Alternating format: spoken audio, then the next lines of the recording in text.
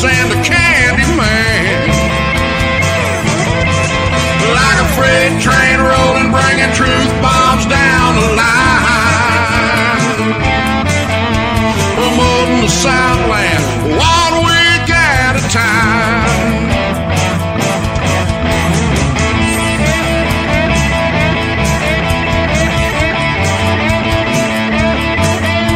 Promoting the Southland 1 week at a time.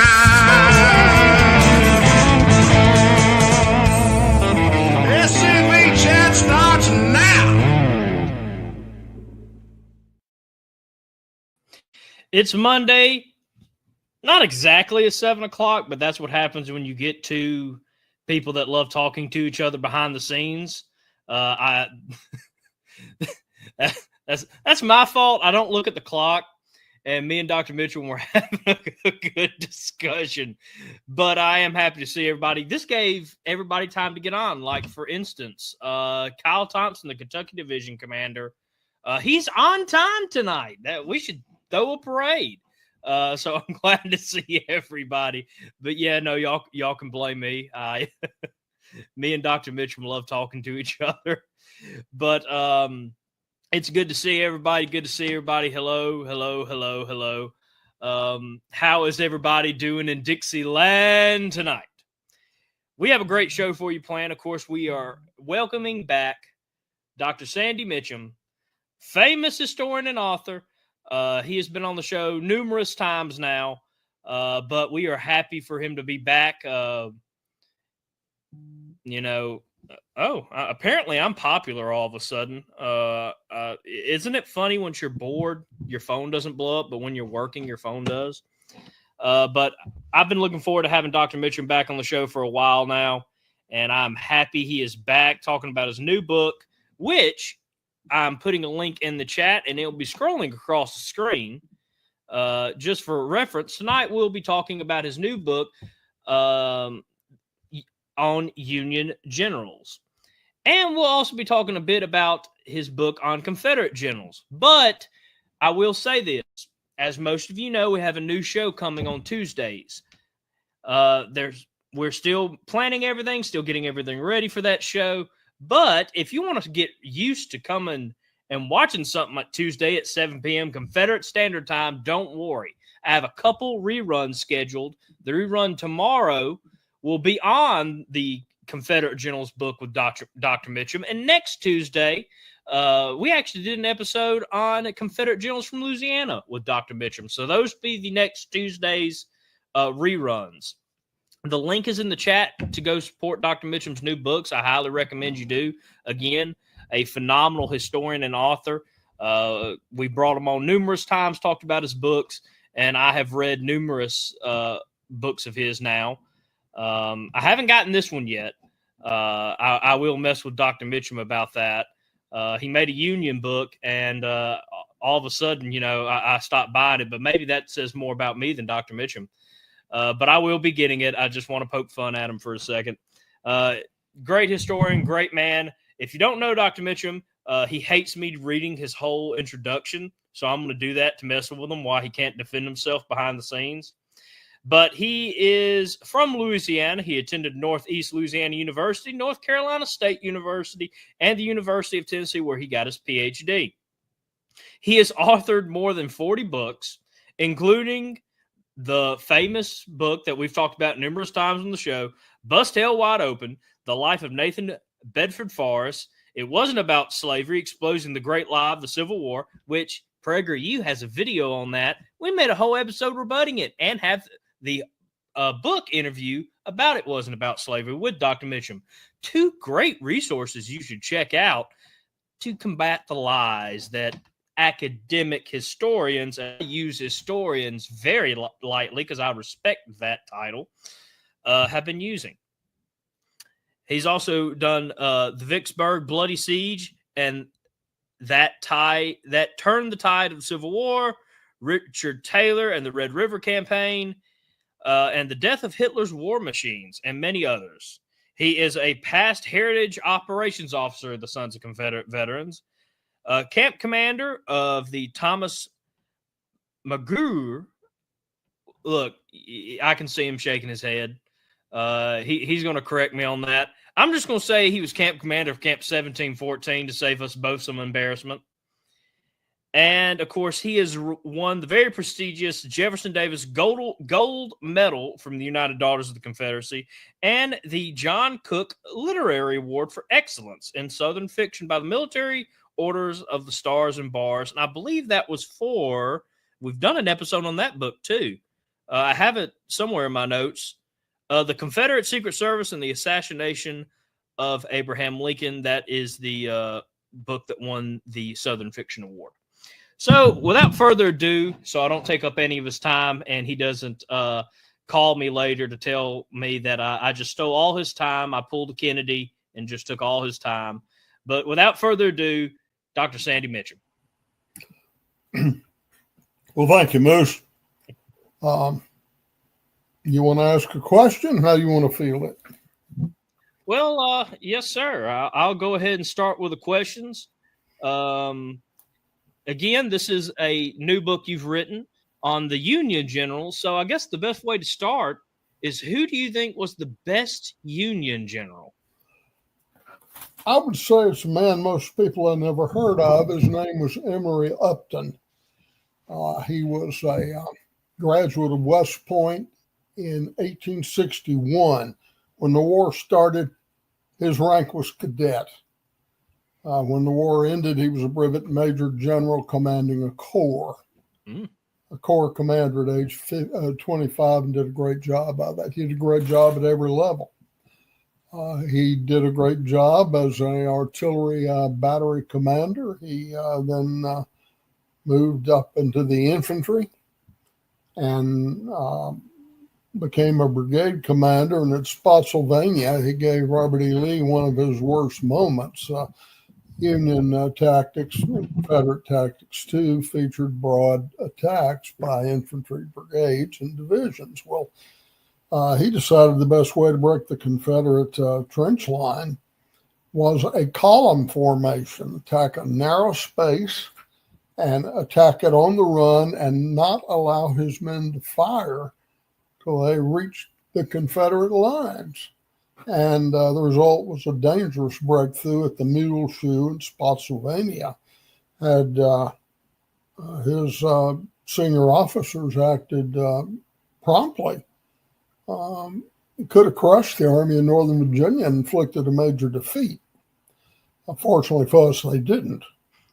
But they did break the line. They did eliminate the Mule Shoe, and they basically wiped out Allegheny Johnson's whole division and captured about a battalion's worth of Confederate artillery. So this guy knew his business. And then later, he fought in the Shenandoah Valley and was badly wounded in the 3rd Winchester. And after he recovered, they gave him command of the Cavalry Corps of General James Wilson's military division of the Mississippi, essentially an army group. So he commanded a cavalry corps at the Battle of Selma and inflicted the only real defeat Nathan Bedford Forrest ever suffered. Of course, he had a lot of advantages. He outnumbered them 4-1, and he was armed with repeating rifles. But hey, the proof's in the pudding. He won the battle. And then won the last, I think, significant battle in the history of the Confederacy at Columbus, Georgia. So he had made a distinguished career, and everybody knew it. So post-war, they picked him to tour Europe and examine the armies of Europe and Asia. He was fluent in German, French, and I don't know what else. But he did this. And when he came back, he wrote a 54-page recommendation that was later published by the U.S. Army. And what he did that changed the Army, and it continues today, is he institutionalized military excellence. He prior to this, we were mimicking the French more than anybody else. Well, he wanted to mimic the Prussians. He liked their academy, their Krieg's Academy, their War Academy, their war schools. And we didn't have much in the way of standardized schools. So there was a school for cavalry practice up at Carlisle Barracks, the artillery school for practice at Fort Monroe, Virginia. But our officers were not well trained. And we saw that in the Civil War. They filled a lot of cemeteries doing on-the-job training for their officers. There were 1,100 of them when the war began. And the Union Army was, had 2.8 million men serve in it. The Confederate Army at 800,000 to 850,000. Simply weren't enough good officers. And you can see it today. His recommendations were all adopted. I can't think of a single one that wasn't. And the modern U.S. officer who spends 20 years in the service will spend 8 of them in schools. And that's directly traceable to Emory Upton. His post-war life somewhat tragic. He married a beautiful woman in 1868, and she promptly came down with tuberculosis. Went to the West Indies to recover and died there in 1870. And he never remarried. He was kind of heartbroken, but he moved up in the ranks until about 1881. He was Commandant of Presidio, but he was having very severe headaches. We don't know if he had a brain tumor. Some authors think he did. It may have just been severe migraines, may have been brain cancer. Like I say, we don't know. They didn't do an autopsy. But in 1881, he shot himself in the head. And had he lived, he would have, there's no question, he would have been General-in-Chief of the U.S. Army one day. But that was the best they had. I think he was the second best general in the Civil War, right behind Nathan Bedford Forrest. And pretty close run thing, frankly. Okay. And I'm glad you say that. And I know the answer. But, again, kind of throwing your specialties out there, you've done 2 books now on war between the states generals. So I guess, who do you think is the best general from the war, and why? Well, I would say Nathan Bedford Forrest. He was an American phenomenon, first grade dropout. I spent over 20 years in the service as active duty, reserve, National Guard officer, cadet, and so forth. I graduated Command and General Staff College, qualified through the rank of Major General. And he knew more the first day he put his bottom on a saddle than I did after over 20 years. It just like it absorbed it from the air. He was a private and rose to lieutenant general in 4 years. And he was a first grade dropout. He never could write properly. And he didn't even know military terminology. In his first battle, he wanted to catch him in the flank, but he didn't know what a flank was. So he ordered him, charge him on both ends. And they did, and it worked. And 180 engagements, and won some incredible victories, like Lawrence Plantation. Yankees outnumbered him 4-1, and no Yankees escaped. That's pretty remarkable. And you talk about Bright's Crossroads. A lot of people think that was his greatest victory. It was about 13,000 Yankees, 3,200 rebels. Took them 9 days to go from their staging areas near Memphis to near Guntown, Mississippi, Bethany, Mississippi area. Took them 2.5 days to get back. But they were unencumbered by things like artillery and ambulances and caissons and supply wagons. Forrest had them all.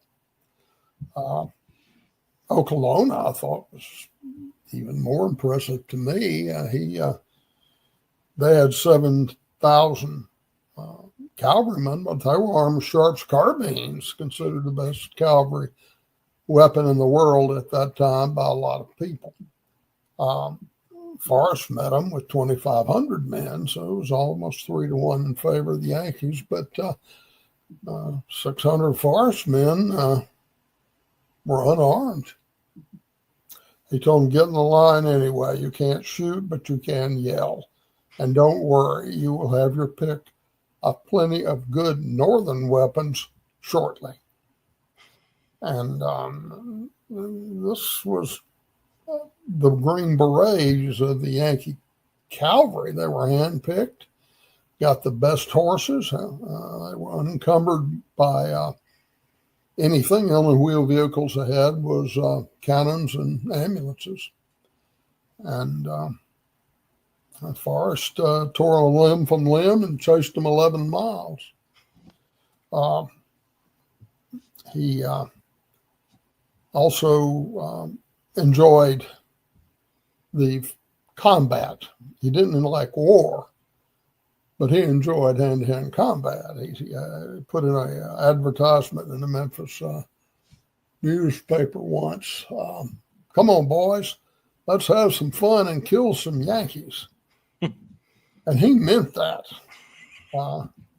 He killed 30 in one-on-one combat. And probably seriously wounded another 60. And he, of course, was personally wounded several times, 4 of them you would call severe or serious. But he, in my view, was the best of the bunch. And Jefferson Davis later came around to saying so. Forrest was great at raiding behind enemy lines, cutting supply lines, and he was the best person to destroy a railroad in the Civil War. If you had to pick one, you'd pick him. Sherman and his men would rip up rails and heat them in the middle and wrap them around trees, and they called them Sherman's neckties, and they made a good picture in the northern newspapers, but it was hardly efficient. What Forrest would do is start little fires all up and down the line on the rails, and it would warp them by 3 or 4 inches, maybe 2. Not much, but you couldn't run a train on it. And before the Yankees could get their railroads back in operation, they had to rip out their own useless rails. So why rip up the rails yourself and you make the Yankees do it? And to add insult to injury, the wood he used was Union cordwood made to propel their locomotives. And Forrest wanted to, when Sherman was driving on Atlanta, he wanted to cut behind him, cut his rail. And that would have been a disaster for Sherman. He had 135,000 men, 35,000 horses and mules. And he had like 700 something wagons. That wasn't enough to feed them. He depended on one rail line over 400 miles long. And he later ran into Forrest on a steamboat after the war. It's the only time they ever had a conversation. And I wish somebody had been able to record it. They went to a table, and we don't have snatches of it. But Sherman told Forrest that he was driving on Atlanta. He had nightmares about Forrest destroying his railroad. And Forrest said, had they let me go, I would have made your nightmares come true. And he would have. And Jefferson Davis said that later he realized he'd made a mistake. He'd listened to his military advisors. They didn't use Braxton Bragg's name, but he was a senior military advisor at that time, and he had a low opinion of Forrest. And I think Davis listened to Bragg and didn't release Forrest. And consequently, Atlanta fell, and that was our last chance to win the war. I'm of the opinion the South had 3 chances to win the war. They could have won it diplomatically, militarily, or politically. We lost it diplomatically when Abraham Lincoln issued the Emancipation Proclamation, because the lower class French and English would not have tolerated a war that was framed as being about slavery. That Abraham Lincoln, understood PR. And the other, militarily, I think we realistically lost the chance to defeat them militarily at Gettysburg and Vicksburg. And politically, though, we had a good chance. All we had to do was not lose, keep fighting until the November 1864 election. And if Lincoln was defeated, the Democrats had a peace platform. Anything was possible, including a negotiated settlement. And among the people who agree with me on this is Abraham Lincoln. He thought he was going to lose that election until Atlanta fell on September 2nd. Of course, the election, I think, was November the 8th. So that's how close we came. And if Forrest had cut that railroad, no way Sherman could have taken Atlanta. Anyway, that's neither here nor there. The Union Generals, I never intended to write a book about them, but Regular History, my book on the Encyclopedia of Confederate Generals, did very well. And they asked me if I'd write a book on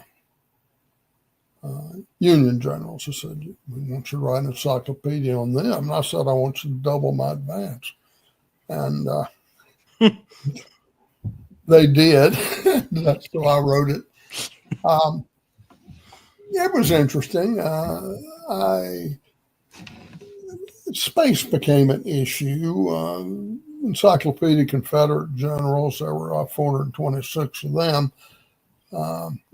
So I was able to write an essay 490 words long on the average on each general. But with 588 Union generals, it was down to 402. So I had to cram it in and lose some stuff, and kind of hate that. But publishing is a business too. And, multiple volume books lose money. So anyway, it was fun. Met some interesting characters, so to speak. One of them was Lafayette Baker. He was called the Czar of the Underworld. He was head of the National Detective Police Bureau. And he arrested a lot of Union people for crimes they might commit. There was suspension of the right of habeas corpus in Mr. Lincoln's America, which Davis never did to any extent. And this guy was shady. His people eventually shot John Wilkes Booth, which led to his promotion to Brigadier General. But he took the position that Secretary of War Edwin Stanton was deeply involved in the plot to assassinate Lincoln, and even said so. And Baker survived a kidnapping attempt and 2 assassination attempts. And then in 1868, he was found dead. And the official cause of death was spinal meningitis. His family however, insisted on an autopsy, and the cause of death was changed to arsenic poisoning. So a lot of stories about Lafayette Baker that haven't been told. There were, let's say, quite a few others. Spoon's butler, you're probably familiar with. They called him Beast Butler. His problem was a lack of maturity. You can defeat the Confederate armies, and they did. You can kill Confederate soldiers, and they did. But if a Creole lady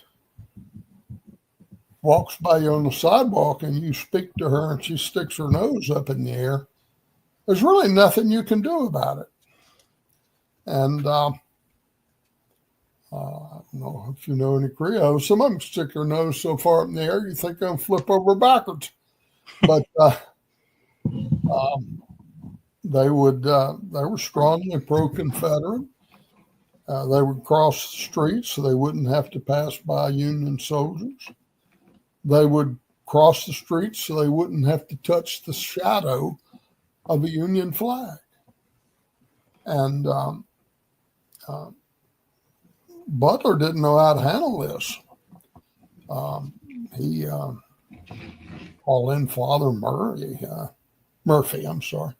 and because he had heard a report that he refused to preside over the funeral of a Union soldier.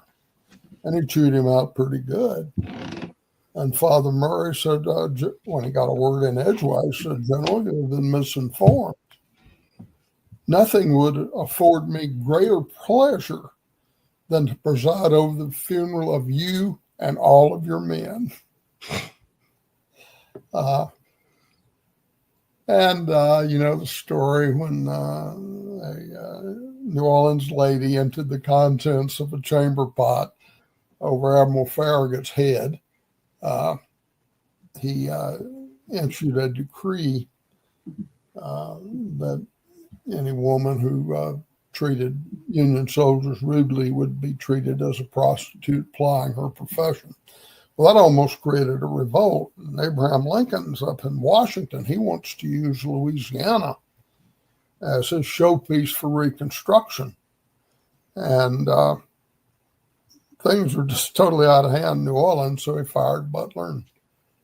And they replaced him with Nathaniel P. Banks, who was also a poor field commander, but he knew how to treat people better. And it worked out better for Lincoln until the famous Red River campaign, which I've written a couple of books about. But Spoons ended up, he was a political appointee. Lincoln had a great many. And that's why at the upper levels, the Confederate Army, generally speaking, was better than the Union Army until near the end of the war. Because the Yankees only had two general ranks for much of the war, Brigadier General, Major General, and there the list ended. And they had 2.8 million people. President Davis early on had Brigadier General, Major General, but he immediately realized they needed another rank. So he created the rank of general or full general. And then in the second year of the war, he decided that wasn't enough. So he created the rank of lieutenant general between major general and general. And this helped the Confederate Army. Well, those ranks didn't exist in the Union Army. They only had one lieutenant general, Ulysses S. Grant. Early in the war, Winfield Scott held a brevet, an honorary rank of lieutenant general, but that exhausted the list till near the end of the war. And Lincoln clogged it with some pretty incompetent people. His friend Senator Baker was a brigadier general, and Lincoln was going to promote him to major general, even though he hadn't seen action. He only was stopped because Baker led a raid in Confederate line near Leesburg, Virginia. It's called the Battle of Ball's Bluff. Well, he crossed the river, but he only had 4 boats. And Confederates acted quickly under Shanks Evans and pushed them back, and Baker was shot in the head and died. Lincoln was very upset, but he couldn't blame Baker for political reasons. Through his superior, General Stone, who was quite a good general, threw him in jail. Stayed in prison for over a year without charge or trial. So early on, having Lincoln as commander-in-chief, and I know some people are going to hate this, was a major advantage for the South. Lincoln had no military experience except 90 days in the Black Hawk War. All he succeeded in doing there was get demoted from captain to private. You never heard of shot fired in anger. Jefferson Davis was a lieutenant in the same war. He did 1 combat patrol, personally captured Chief Black Hawk and ended the war. So a little bit of a difference there. He was educated at West Point, colonel at commanded the 1st Mississippi Rifles at Buena Vista, saved the U.S. Army there, and then later was an excellent Secretary of War. So that was an advantage, and Northern historians don't like to hear that, but it was. And he knew these people, and he wasn't, there weren't that many politicians at the higher Confederate ranks as there were in the Union Army, and consequently, we filled fewer cemeteries. Anyway. But I hate to interrupt you. We're going good. We're going to get back to the program in just a minute, but it is time for our Pop-Tart break, our commercial break. And so I'm going to thank our sponsors real quick. Of course, our sponsors are scvchat.com. If you want to get a list of some of our favorite archived episodes, some of them have Dr. Mitcham episodes, you're more welcome to go check out scvchat.com. Of course, you get to see our T-shirt store, our favorite video of the month, so much more at scvchat.com, so please check that out. And, of course, we couldn't do these episodes without our Patreon members. For just $10 a month, you can go to Patreon and support us. We have multiple tiers now. If you just want to contribute and help us out, you can check out the $2.50 a month tier or slot. Then we have $10 a month. You get some extra content and some stuff like that. And we're working on getting back with some more extra content for y'all, as well as expanding what content we provide. Of course, we have a merch tier now. If you want more merchandise, you can select that for $30 a month. And, of course, if you want to be a full-fledged sponsor of the show, you can click the $80 a month sponsor, and you'll get a nice thing I'm working on to help out our sponsors and give y'all a bit more during the commercial breaks. But our sponsor for this episode is Dr. Chris Cummins. If you are in the northern Mississippi area and got knee pain, go check out Dr. Cummins. Great doctor. Southern hospitality is their specialty. They're going to treat you well, treat you nice, and make sure they get you feeling 100% again. So go check out Dr. Chris Cummins, and we want to thank them for sponsoring tonight's episode. So go check them out. And we will be right back after this commercial break. I got into the SCV after receiving an award back when I was in high school. I had no clue what the SCV was. All I knew was that it was a rebel flag and it was supposed to be racist. I decided I would go and look further into it. Everything that we're taught from a very young age is that the Confederacy was wrong. They were treasonous. But it turns out it wasn't just because the South had slaves. This is because of a very fundamental principle of big government. There's nothing more American than keeping the government in line. It's what we were bred to do. It comes down from 1776, Declaration of Independence. It's because we decided to keep a government that we've deemed tyrannical in line. That's what the true definition of the cause is. Me being a young black American and being a part of the Sons of Confederate Veterans is a shock to a lot of people. The black Confederate soldier would have had to have been one of the hardest working soldiers there was. These are men who decided to take up a cause because in the end, it was their own cause. In fact, most owners wanted the slaves to stay back because that was how they were steadily making income. They made a choice to do something that was bigger than themselves.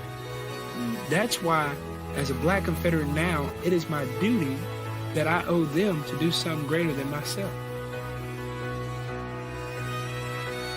Confederate history is American history, and you cannot separate the two. I am Sammy Travis, descendant of Private Benjamin Rowe, a Confederate veteran.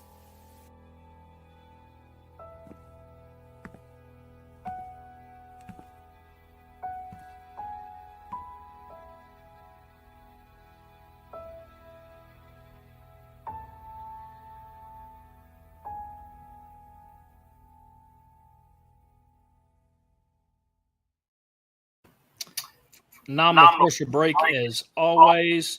And before I get into the next question, I do want to remind everybody that the links for Dr. Mitcham's books are in the chat below, so please go support them.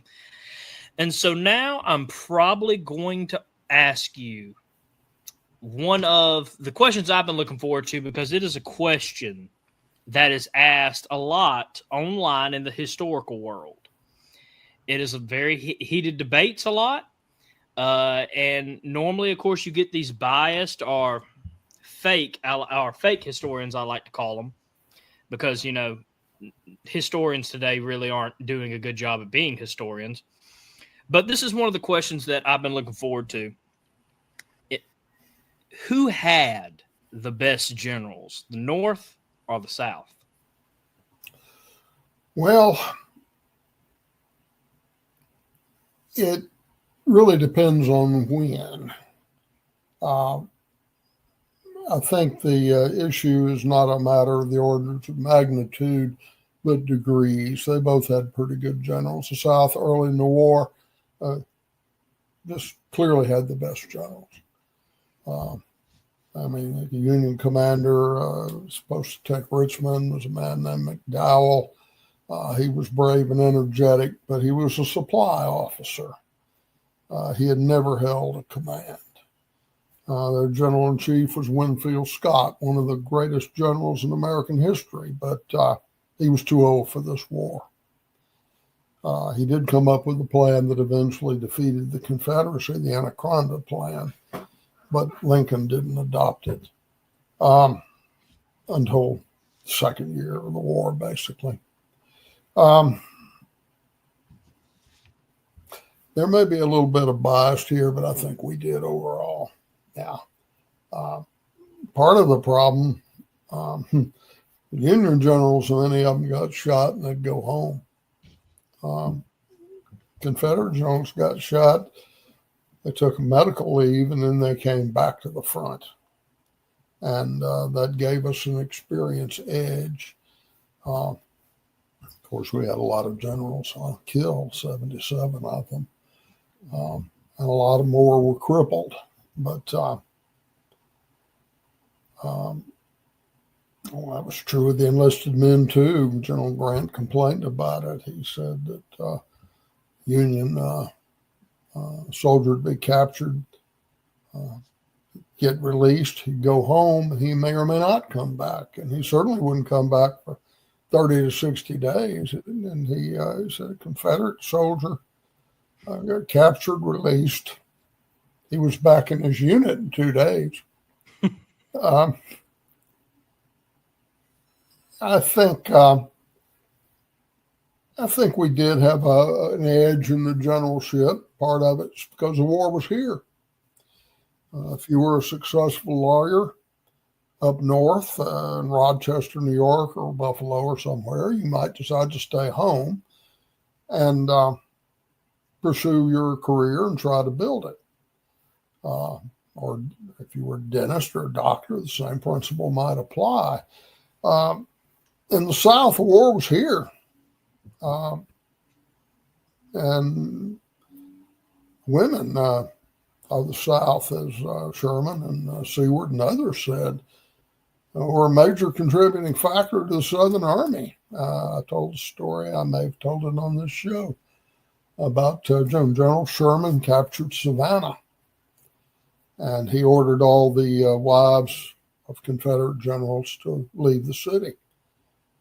Well, they packed their bags and they were ready to leave. And the Union officers decided they were going to search the suitcases. Well, the ladies said, "You most certainly will not. So I will not allow you to place your filthy hands on my silky drawers." And they didn't. They dug in and finally ended up before General Sherman. And he said, "You Southern women are the hardest cases I ever saw. This war would have been over long ago if it hadn't been for you. I believe you'd keep this war going for 30 years. And he turned to his officers and said, "Leave the suitcases alone." Of course, they were, look for jewelry and steal it is what they're going to do. And that was a major factor because the Southern men, if they were in a town, most of them were small agricultural communities. If you wouldn't go off to war, you were ostracized. Women wouldn't have anything to do with you. A story up in Farmerville, Louisiana, near where I live, illustrated it very well. I never was able to confirm it, but I believe it now. One boy just didn't want to go to war. He wasn't patriotic. He didn't want to get shot. Well, one day he was walking down the sidewalk and a herd of women attacked him, flew into the sidewalk and put him in a dress.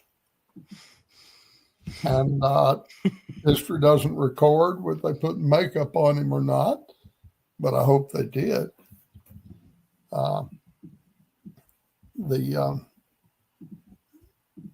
And that applied to the upper class as well. I mean, you had your leaders of the community, your political leaders, your legal leaders, your businessmen. If they wanted to continue in their profession after the war, they better put on a gray uniform.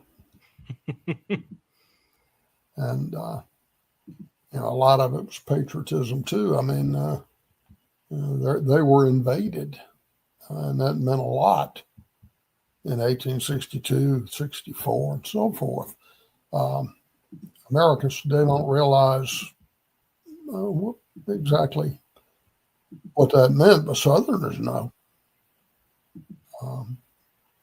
And that's why we stayed in the field so long. Establishment historians like to quote the population figures. Most of them put the Union population at about 22.5 million, Southern population at 9 million. And what that does is minimizes the odds because they never segregated out. 3.5 million of that 9 million were slaves. And I would only count them as a military factor if I believed that they served in the same proportion as the white Confederates. Well, they didn't. I think about, near as I can tell, the figures are kind of soft because of the destruction of documents at the end of the war. But there were about 80,000 to 96,000 black Confederate soldiers, as opposed to 191,000 black Union soldiers. So if you look at just the white population, which I believe is the only way to properly do it, you have 22.5 million Yankees, as opposed to 5.5 million Southerners. That's a 4-to-1 ratio. That's pretty long odds. And then Lincoln, of course, recruited mercenaries on a massive scale. He had, 489,920 mercenaries recruited from 15 foreign countries. Many Southern prisons.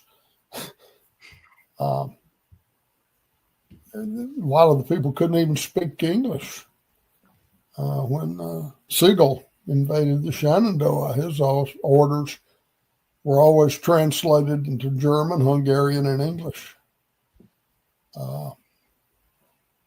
Mercenaries played a major role.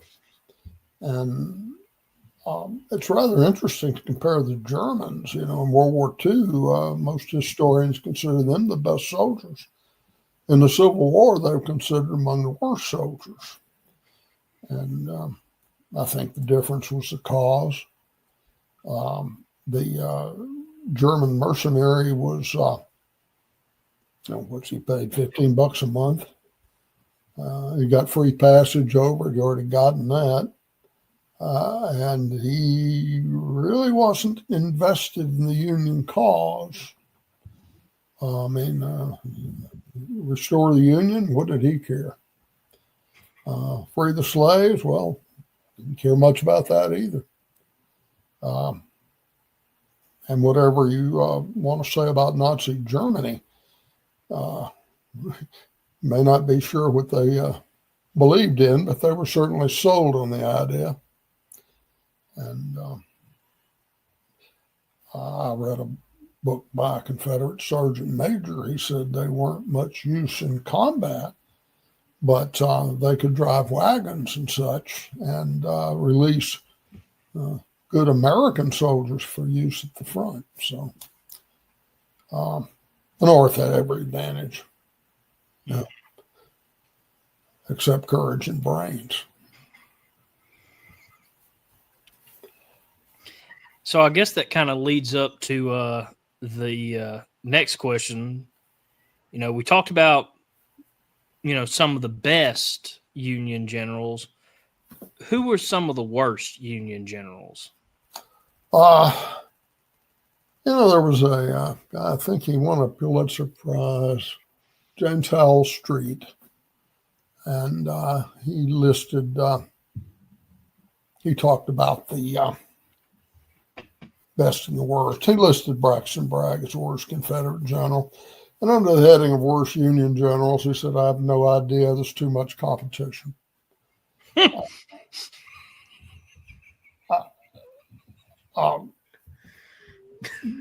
To me, Elijah Payne was the worst. He was a West Point graduate, fought the Seminoles, got out of the service, became a lawyer in Illinois, a good friend of Abraham Lincoln. And they gave him command of a regiment and a brigade, and he performed poorly everywhere. New Madrid, Island Number 10, Siege of Carth. And after that, they simply used him in territorial commands. And he commanded Western Tennessee and Western Kentucky at various times.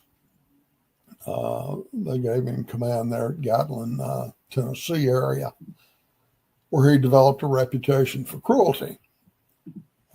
People were shot and hanged without trial or evidence. The accusation enough was enough to kill him. He was not interested in the facts. He'd sometimes put suspects on old horses and told them to run. And his men would run them down and kill them. He hanged more than 100 people in the public square of Gallatin, Tennessee alone. One author wrote that he just wanted to see a dead body. There was a Private Dalton who deserted the Confederate Army, took the oath of allegiance. The next day, Payne had him hauled out and shot him personally 6 times, killed him. He was also corrupt. He stole fenced furniture by the wagon load. He sent it back to Illinois. He was eventually investigated and found guilty of corruption, extortion, fencing stolen goods, unjust taxation, and immoral behavior. Lincoln protected him because they were friends. But Sherman finally got enough of him after formally reprimanded him for brutality toward civilians. He sent him home. Said, "The man has no place in my army." And if Sherman would do that, you're pretty brutal. I can't even imagine. Yeah, it was horrible. It was General O'Neill, who was pretty bad up in Missouri too. But people like Boyle and Payne in Kentucky, more Kentuckians served in the Union Army Confederacy, probably about 2-to-1 ratio. But they said after the war, Kentucky was the most pro-Confederate state there was. And it was because of bad Union generalship. They put the second, third-rate people commanding territories, and they did not win the hearts and minds of the people. In fact, there were a lot of Confederate raiders and guerrillas and so forth, and that was one of the reasons. There were some others I was reading about. Schemheindelfening, Alexander Schemheindelfening. He was a German general. They hired a lot of mercenaries. This was better than most, but his troops tended to run away. And at Gettysburg on the first day, they broke. The Confederates poured into the town. As you know, Gettysburg on July 1st was a Confederate victory. And he got surrounded, and he hid in a culvert and then made a break for it and was climbing a fence. And he had foresight enough to remove his badges of rank. And as he was climbing his fence, a Confederate soldier tapped him on the back of his head with the butt of his rifle and flipped him over the fence, and he's laying there semi-unconscious. But they didn't know he was a general, so they left him. They just went on. And he then, when he regained his senses, took shelter in the only place he could find, a pigsty. And he spent 3 days in the pigsty. He didn't have any water, and the only food he had was what the pigs left. But the Confederates joked later that was a pretty good place for Union general. But when Lee retreated on July 5th, he was able to escape. Ended up occupying Charleston. He was the first Union general in Charleston, South Carolina. So his Union mercenaries went. He was better. He was a communist. Most of them were. There was one called Osterhausen, who I had a great deal of respect for. He became a corps commander, Sherman. But one of my favorite stories is this Private McBride in Mississippi Regiment, I think 45th. They were in the Stone River campaign, Battle of Trahoon, and he and his company commander, Captain O'Connor, who told this story, were cut off and they escaped. Well, the Yankee cavalry was on them. And they came to a fence and it had rained and they couldn't climb the fence. So they had Yankee cavalry on three sides and the fence on the other. Well, O'Connor threw up his hands.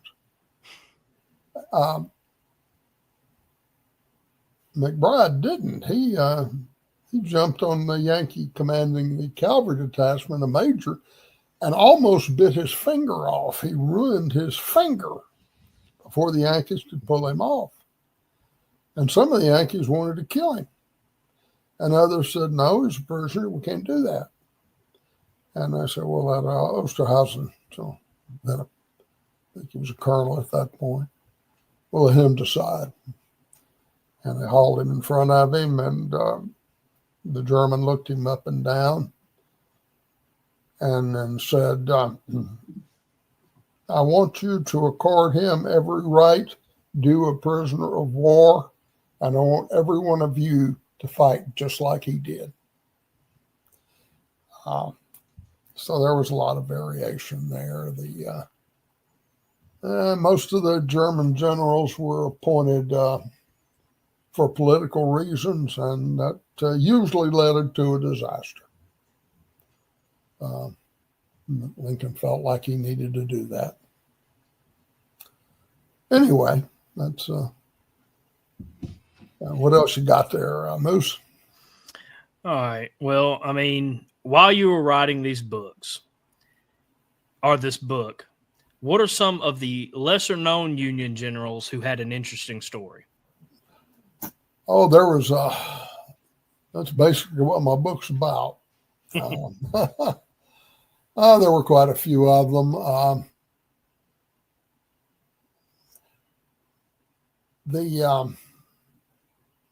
I liked Curtis.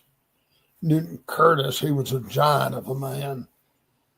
He was from upstate New York. I read his book on his regiment, the 16th New York, and he made it very clear that he was fighting to preserve the Union, not any other reason. Right after Fort Sumner was fired on, he enlisted. And this guy was 6'7", weighed 225 pounds. At that time, the average American was in the Union Army was 5'7" and weighed 143 pounds. So he was a giant. And his family tried to talk him out of it. Because they said, you're so big, you will attract more lead than anyone else. You get yourself killed. He came pretty close. He was shot. He was fairly seriously wounded 6 times. Mm. And the last time was the Battle of Fort Fisher, the second one, where he won the Congressional Medal of Honor. But he led the breakthrough that led to the fall of the fort. Well, the thing about when you lead a breakthrough like that, the Confederate artillery, which is slightly behind the lines, can see it.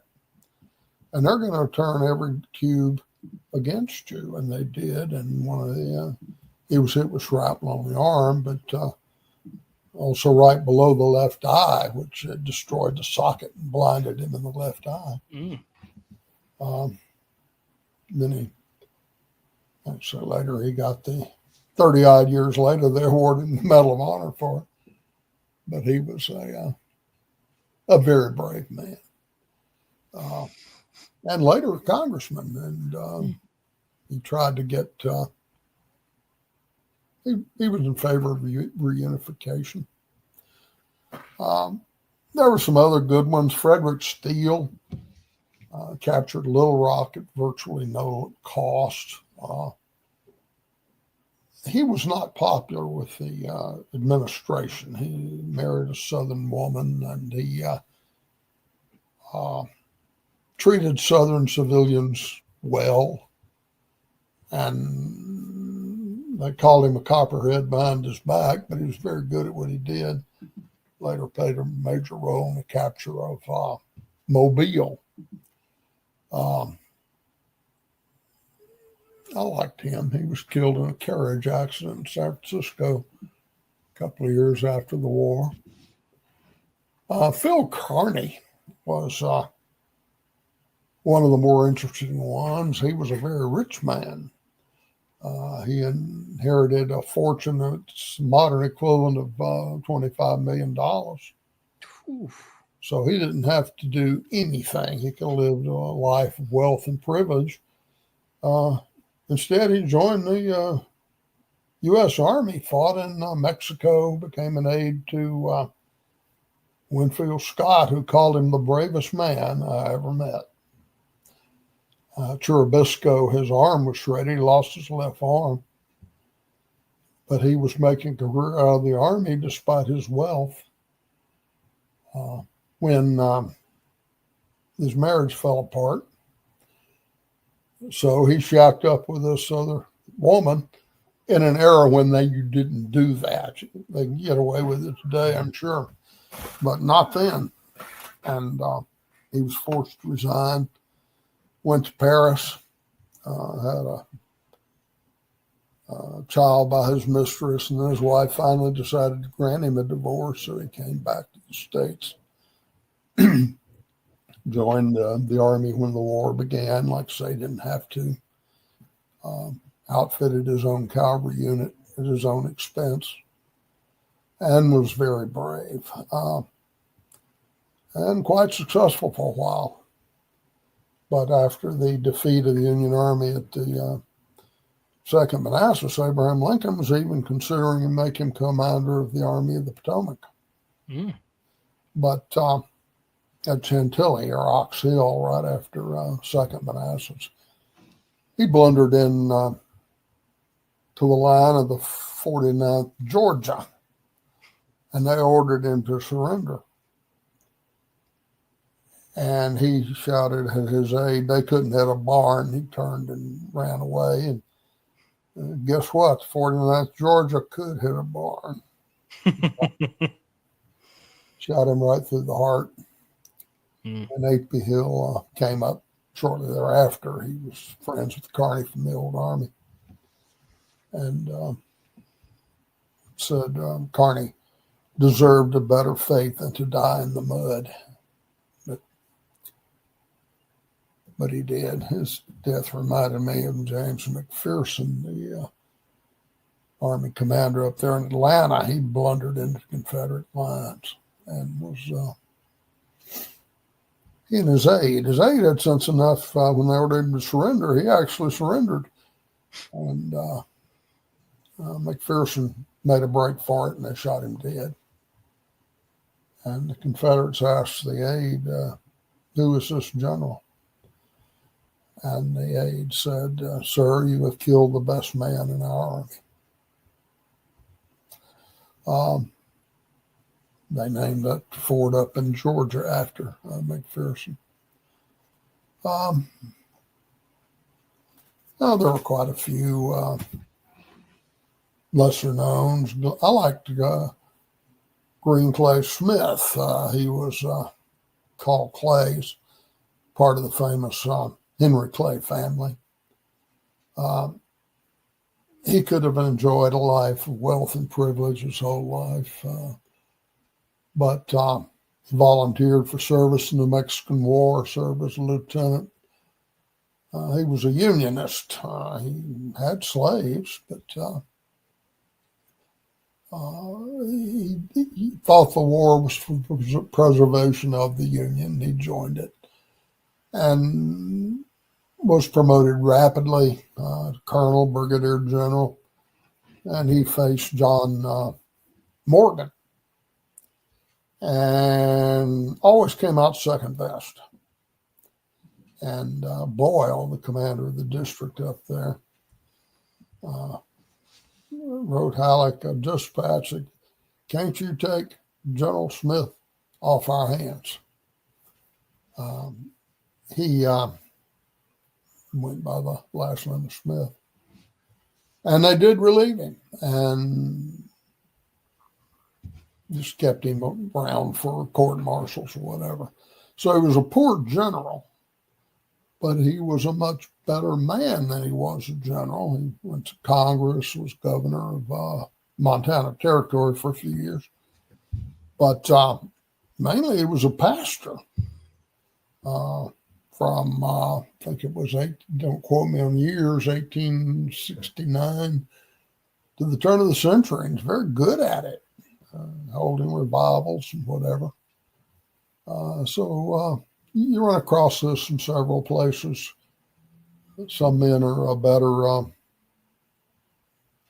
men than they were generals. Others were better generals than they were men. Some were good at both, and some were good at neither. I don't know if I ever told you about General Scott, Robert Scott. He was a good general. Then later became the carpetbagger governor of South Carolina, where he stole everything that wasn't red hot or tied down. And he finally had to flee the state, but he was rich. And South Carolina, as a result of the Reconstruction era, didn't pay off their Reconstruction debts until 1955. And Scott went home wealthy. His 15-year-old son was an alcoholic. And one night he didn't come home, and Scott figured he'd spent the night with this 23-year-old man. Draw your own conclusions.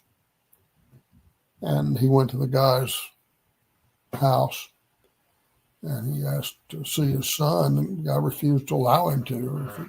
Nope, he's asleep, you can't bother.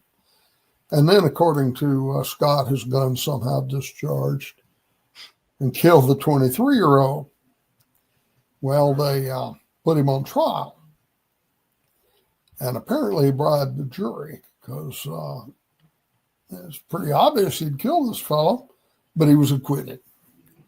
And a lynch mob decided they were going to take out Scott. And they came to his house. And Scott met him with 2 barrels of whiskey and a handful of greenbacks. And the mob stopped and decided that they would abide by the decision of the court. They took the money and the whiskey and left. And that's where we get the term getting off scot-free. Other Union generals were much different. General Grierson, he was did you see the movie The Horse Soldiers with John Wayne? He was the one that Colonel Marlowe was supposed to have been patterned on, but extremely loosely. John Wayne in that movie was nothing like the real Grierson. He was a section hand in the movie. In reality, he was a music teacher. He liked to compose songs, and he didn't like horses. But General Sherman said he was the best cavalry officer he ever saw. Every time he fought a battle, he won, unless the commander was General Forrest, in which case he never won. But the people of Mississippi respected him because he if one of his soldiers got out of line with a civilian, Grierson would come down on him like a ton of bricks. If you were a Union soldier and you wanted to enter the home of a Southern person, you knocked on the door.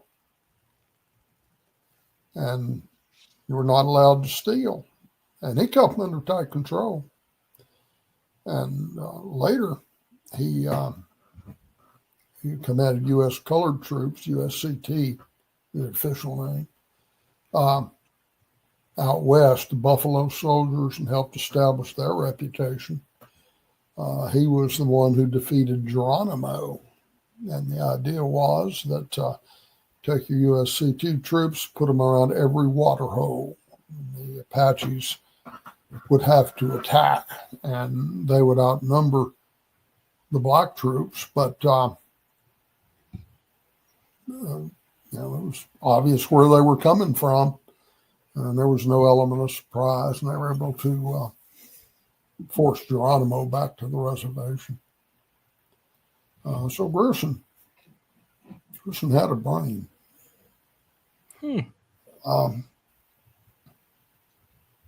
Anyway, there were a lot of generals that nobody ever heard of, which is the focus of my books, both Encyclopedia of Union Generals and Encyclopedia of Confederate Generals. You're going to meet some people in there that you never heard of before, and some of them are actually edifying. Well, as we kind of wrap up tonight's episode, I know the question we kind of ask every time we wrap up, but I'm going to ask it anyway. Are you working on any books right now? Is there anything you can tell us about that? Yes. I was an author with Regnery History, but they've been bought out by Skyhorse. And Skyhorse is now going to do this one, the Death of Hitler's War Machine, my last World War II book, in paperback. I'm writing a magnus opus, The Rise and Fall of the Southern Confederacy. It's going to be about 200,000 words. It's going to be a big book. But it's pretty ambitious to cover the whole history of the Confederacy in one volume. We may have to do two. And if we do, it will be volume one will be the rise of the Confederacy. Volume two will be the fall of the Confederacy. And it'll be possible to purchase one volume without the other, whatever you're interested in. And also, there's a man called Joe Conjimmy from the Duck Dynasty family. His family married into it. I call him Jersey Joe on the podcast. He's the last man that Phil Robertson mentored. Matter of fact, he was with Phil the day he died. And he decided he wanted to write a book about Phil and how it changed his life. In fact, he was from New Jersey. They call him Jersey Joe. And his life was a mess. But he was very successful in his business as fire chief. And he went down to the basement of the fire department one day and tried to click on a pornographic movie. And Duck Dynasty came on. He'd never heard of it.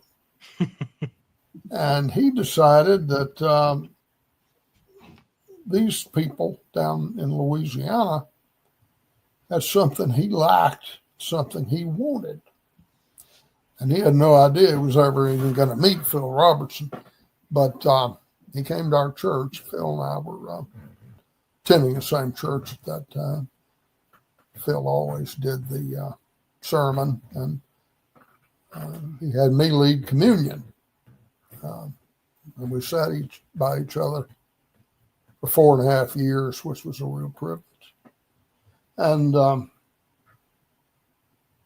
anyway, he liked what he saw, and he told his wife when they got home, "Get packed. We're moving to Louisiana."